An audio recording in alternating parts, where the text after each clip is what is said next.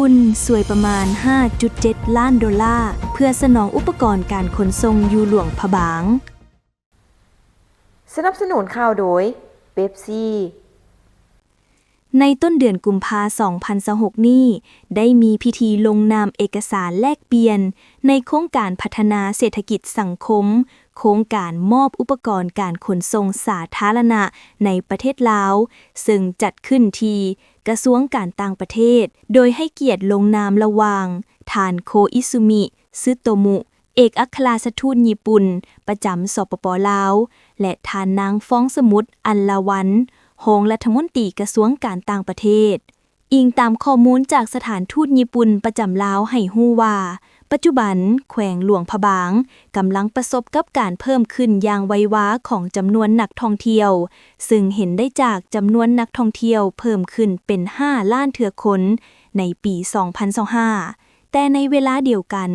ระบบขนส่งสาธารณะภายในตัวเมืองผัดบ่ได้รับการพัฒนาเท่าที่จำเป็นส่งผลให้มีรถตู้ขนาดใหญ่รถตุกๆรถจักรและยานพาหนะอื่นๆต้องได้ขับผ่านถนนที่แคบในใจกลางเมืองที่ถูกขึ้นทะเบียนเป็นเมืองมรดกโลกและสิ่งดังกล่าวเหล่านี้ได้นำไปสู่ปัญหาการจราจรที่ติดขัดอุบัติเหตุทางท้องถนนมลพิษทางอากาศและเสียงดังรบกวนดังนั้นรัฐบาลญี่ปุ่นจึงได้ให้การสนับสนุนเป็นมูลค่า900 ล้านเยนประมาณ 5.7 ล้านดอลลาร์สหรัฐในการจัดซื้ออุปกรณ์การขนส่งสาธารณะเพื่อปรับปรุงพื้นฐานโครงล่างการขนส่งด้านสาธารณะในแขวงหลวงพะบางโครงการดังกล่าวแม่นการจัดซื้อรถเมล์ไฟฟ้าขนาดน้อยรถเมล์ขนาดน้อย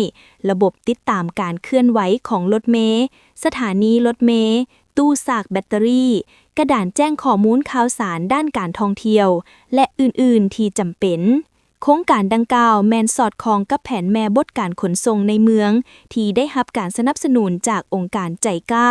ซึ่งบรรดาอุปกรณ์ต่างๆนี้จะช่วยสร้างระบบการขนส่งสาธารณะสีเขียวมีประสิทธิภาพและเป็นมิตรต่อเมืองหลวงพะบางที่แม่นเมืองมรดกโลกนอกจากนั้นโครงการยังสนับสนุนโดยกงต่อเวียกงานบูริมสิทธิ์ของรัฐบาลลาวที่ว่าด้วยการพัฒนาตัวเมืองแบบยืนยงสีเขียวและการเจริญเติบโตทางเศรษฐกิจที่ขับเคลื่อนด้วยการท่องเที่ยวสายพัวพันธ์ญี่ปุ่นลาวถูกยกระดับเป็นคู่ร่วมยุทธศาสตร์ในปี 2025 และสืบต่อเข้มแข็งตลอดมาต่อจากนี้ไปก็เช่นเดียวกันญี่ปุ่นมีความมุ่งมั่นที่จะตอบโต้ความท้าทายต่างๆที่ประเทศลาวกำลังพบพ่ออยู่และพร้อมที่จะร่วมมือในหลากหลายแขนงการอย่างตั้งหน้าเพื่อการพัฒนาเศรษฐกิจสังคมที่ยืนยงของประเทศลาว Make lunch better. Ooh, Pepsi. Make it super, mega, extra spicy. Make it viral.